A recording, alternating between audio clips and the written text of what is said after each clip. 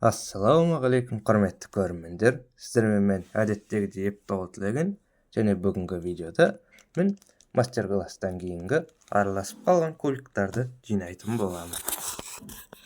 Және оларды жинау барысында мастер-класстан кейін өзім не сезіндім, және қандай ойда болдым, және мастер-класстан кейін өзім қандай қорытындыға келдім деген сұрақтарға жауап беретін боламын. Енді ең шетінен бастасақ. Осы аптада, яғни желтоқсанның 1-нен бастап, біздің мектебімізде математика мен биология, физика, яғни жаратылыстану ғылымдарының апталығы өтті. Математика ғылымдарының. Және сол апталықта мен өз мастер-классымды өткіздім. Және бұған маған менің класс жетекшім әрі алгебра, геометрия пәндерінен беретін мұғалімім көмектесті.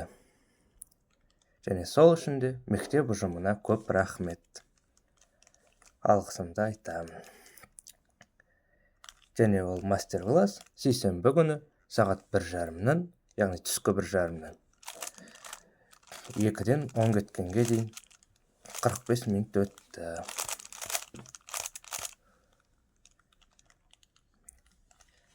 Ал енді кубиктарды құрауды бастайын.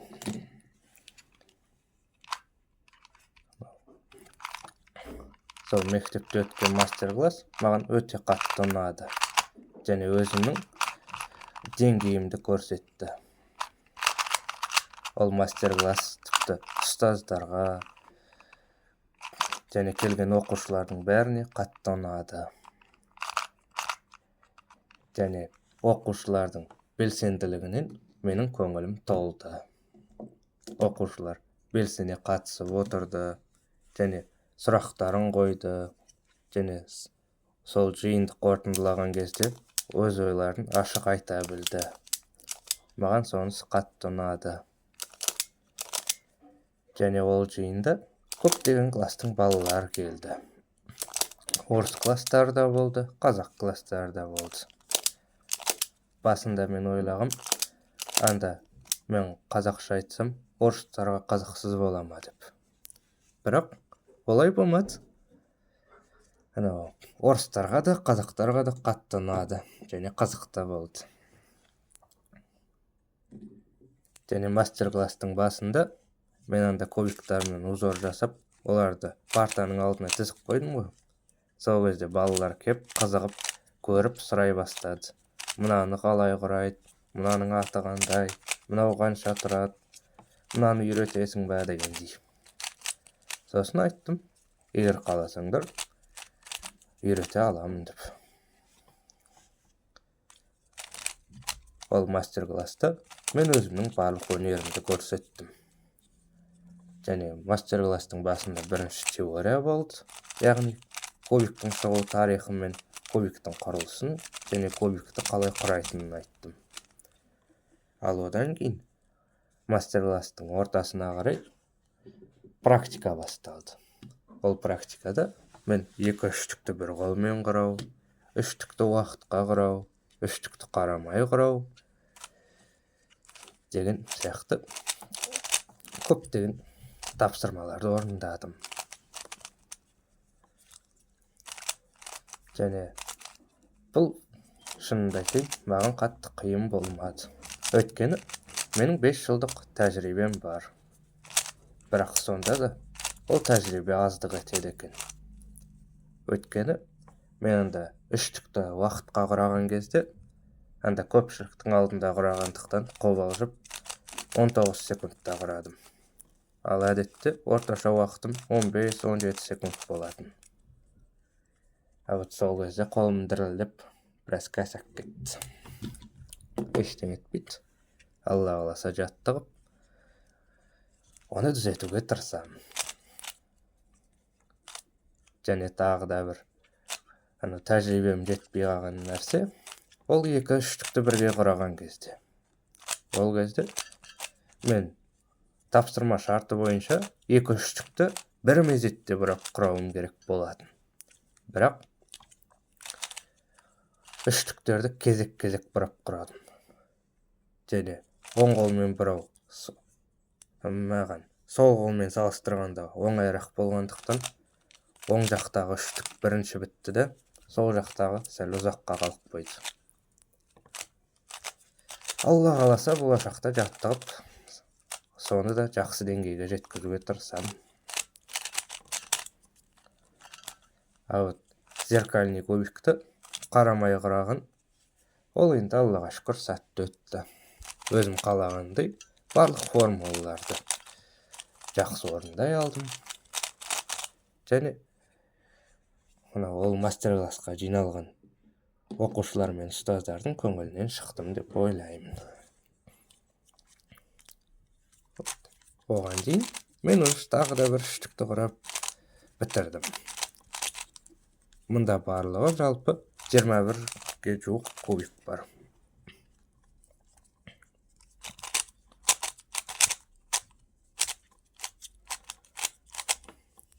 Сосын мастер-класс біткеннен кейін анда көптеген оқушылар мені қоршап алды да анда көптеген сұрақтар қоя бастады. Анда осы салаға қалай келдің, бұл саламен айналысып жүргеніңе қанша жыл болды, бізді де үйрете аласың ба дегендей.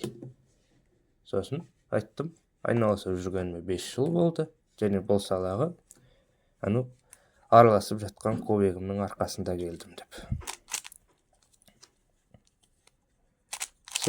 Көптеген балалар қызықты. Және Алла қаласа жақын арада сол қызыққан балалардың белсенділігінің арқасында мен осы кубиктан сабақ беретін шағын кружок ашайын деп жатырмын. Алла қаласа. Негізі өзіме бұл мастер-класс қатты ұнады. Және өзімнің деңгейімді көре алдым.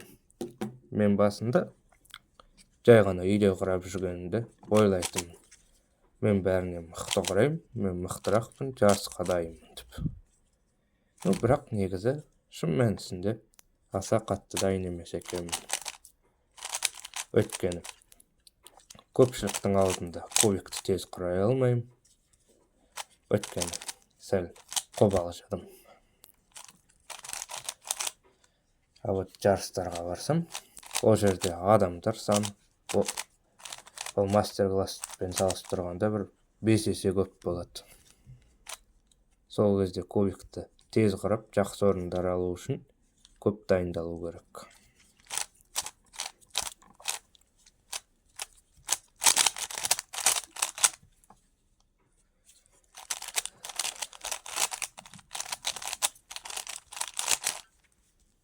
Тағы да бір үштік бітті.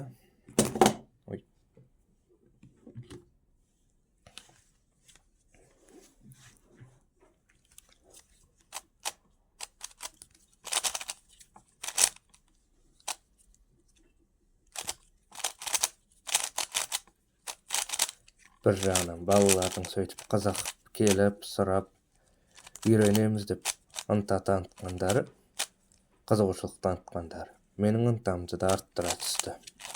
Өйткені мен өзім жай құрағаннан көріп, басқаларға үйретсем, өзімнің де қызығушылығым мен тәжірибем артады. Мүмкін Алла қаласа болашақта сол оқушыларды дайындап, үйретіп, кейін республикалық жарыстарға да баратын шығармыз. Өз клубымды құрып. Алла қаласа сол жоспарда бар.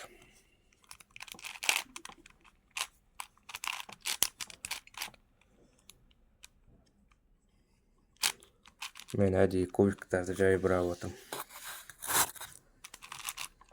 Сіздерге көріну үшін.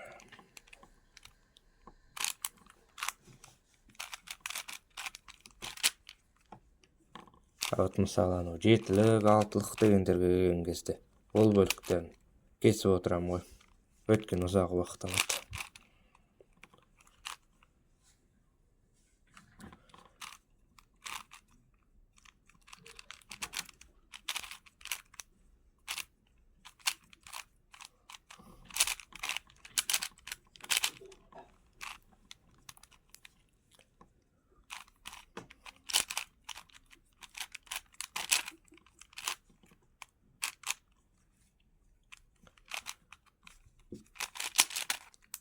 Міне енді біз төрттікте плюсты құрадық. Енді қалған қабырғаларын құрау қалды.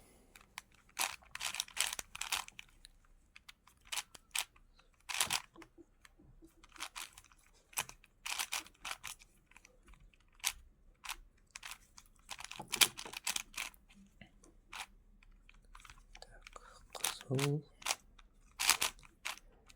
жасыл, сәбіз. Енді үштіктің этабы кетеді.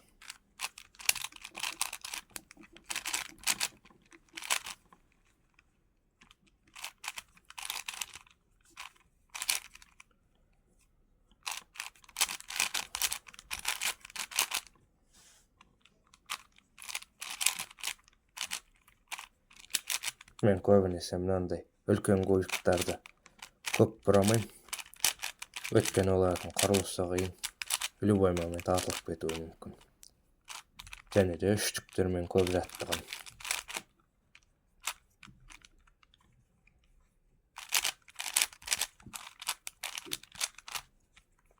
Так, паритет.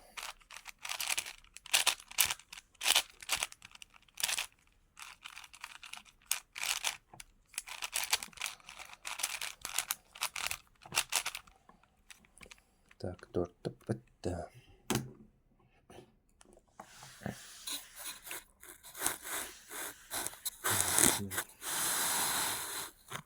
Енді жетілік, алтылық және бестік имналар қалды. Так, мына зеркальныйды көрсейін.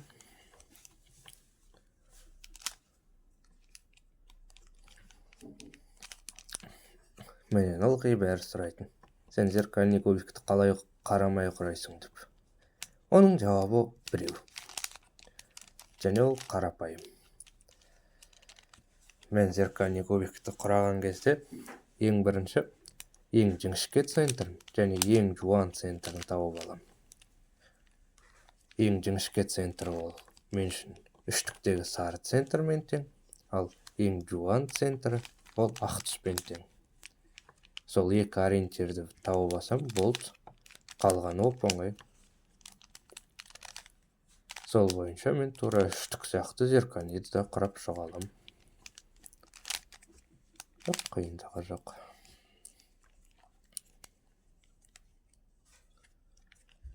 Так.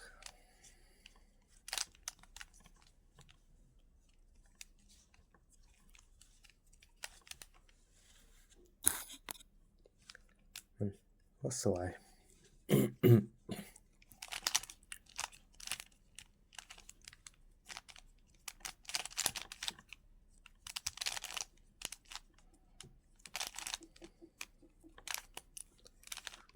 Екі кубикті бірге құраған кезде қандай сезімде болдың деп сұрасаңыздар, онда бір өзімді мировой рекордсмен сияқты сезіндім. Өйткені екі кубикті бірге құраған кезде оған қырағылық, екі қолдың ептілігі және есте сақтау қабілеті жақсы болу керек.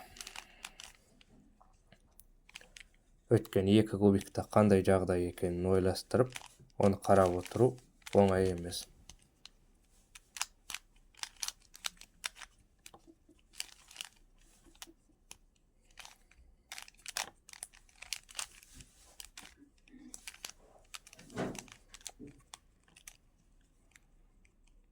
Так. Мынанікі. Так.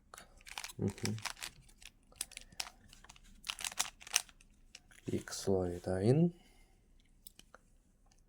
Енді мына жерде точка түсіп тұр.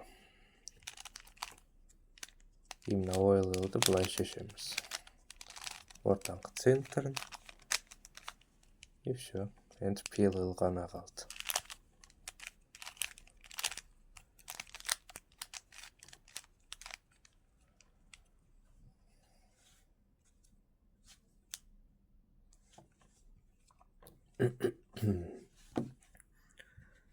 Жаңа айтып кеткендей, ол мастер-классқа мен 21 кубик апардым. Оның ішінде 3, 6, 7, 8 жатаспасам 9 үштік, екілік бар, скьюб, сквайр, мегаminx, ана жақта пирамидка, мастер-морфикс, зеркальный кубик и екіліктен жетілікке дейінгі кубиктар бар.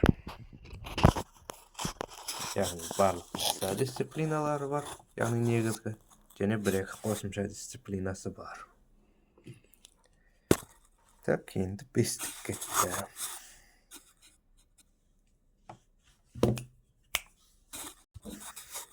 Мына жерде бестікті құрап атқанымда центрлерін құрадым, қабырғаларын құрадым.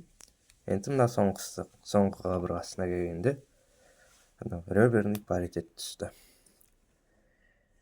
Ендеше оны бәріміз бірге шешіп жіберейік. Көтереміз 2 рет, көтереміз 2 рет, көтереміз 2 рет, түсіреміз.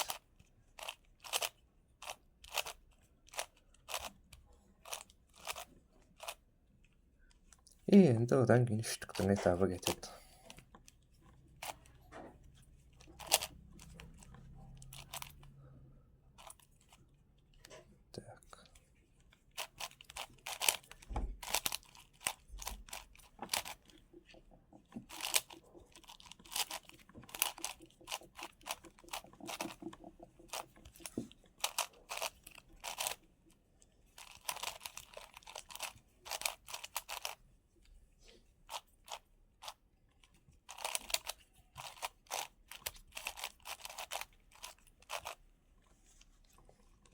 Міне бестікте бітті.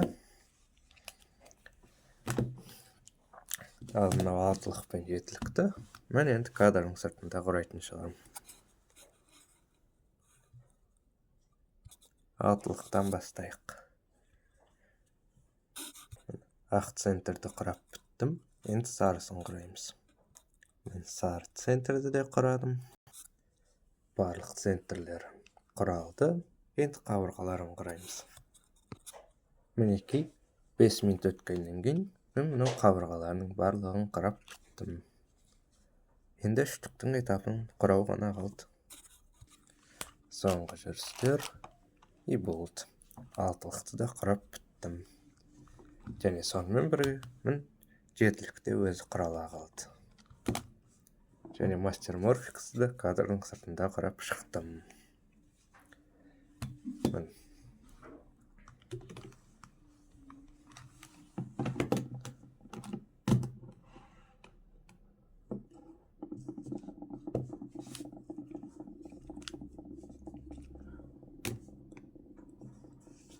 Енді пирамидка ғана қалды.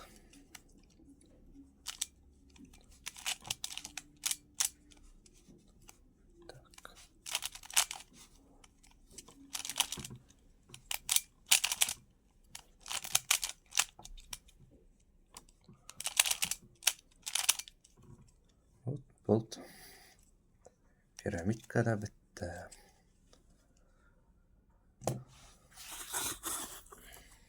Осымен мен барлық 21 кубикті толығымен құрап шықтым. Енді қорытындылай кетсем. Мен бүгінгі видеода осы кубиктардың барлығын құрап шықтым. Және мастер-класс туралы өз ойыммен бөлістім. Енді Алла қаласа жақын арада жарыстар өтіп жатса, мен оларға да міндетті түрде қатысып, өз тәжірибемді шыңдайтын боламын. Осылай. Сіздермен болған мен әдеттегідей қол тілеген, көріскенше күн жақсы, сау саламатта болайық. Егер видео ұнаса лайк басып, комментарий қалдырып, каналға тіркелуді ұмытып кетпеңіздер. Ал аман сау болыңыздар.